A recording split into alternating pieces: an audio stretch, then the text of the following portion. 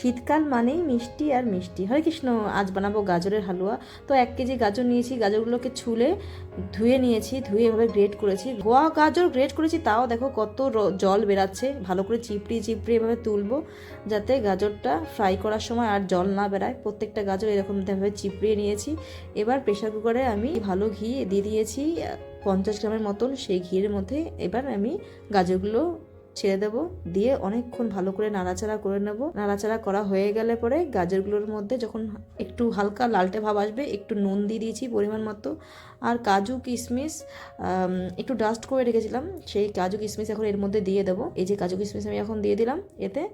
আর তারপরে এটাকে ভালো করে আবার একটু কিছুক্ষণ নাড়াচাড়া করব, করে এর মধ্যে আগে থেকে গুঁড়ো করে রাখা এলাচ এর মধ্যে অ্যাড করে দেবো। এলাচ দিলে এর সেন্ট খুব সুন্দর হয়।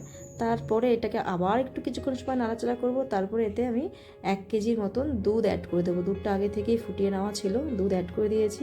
দিয়ে এর মধ্যে আবার কিছুক্ষণ এটাকে নাড়াচাড়া করে এতে আমি এবার অ্যাড করব গুড়।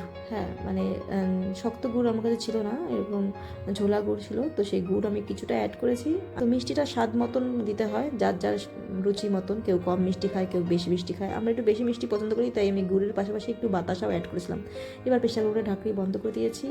সিটি এসেছে, 2টো সিটি আসার পরে আমি কিন্তু এটাকে ওপেন করে নিয়েছি। দেখো, নামিয়ে দিয়েছি। গাজরের হালুয়া আমার রেডি। আমি একটু ড্রাই হালুয়াই পছন্দ করি, অনেকে আবার একটু লিকুইড ফর্ম হালুয়া পছন্দ করে, তারা সেভাবে বানাতে পারে, আর একটু বেশি দুধ বাড়িয়ে দিলেই হয়ে যায়। তোমার গাজরের হালুয়া রেডি। এবার এটাকে আমি গার্নিশ করব এবং ঠান্ডা করে এতে আমি সুন্দর করে একটা তুলসী মঞ্জরি বসিয়ে দিয়ে ভগবানকে নিবেদন করব। চলো, তো গাজরের হালুয়া মহাপ্রসাদ কি জয়।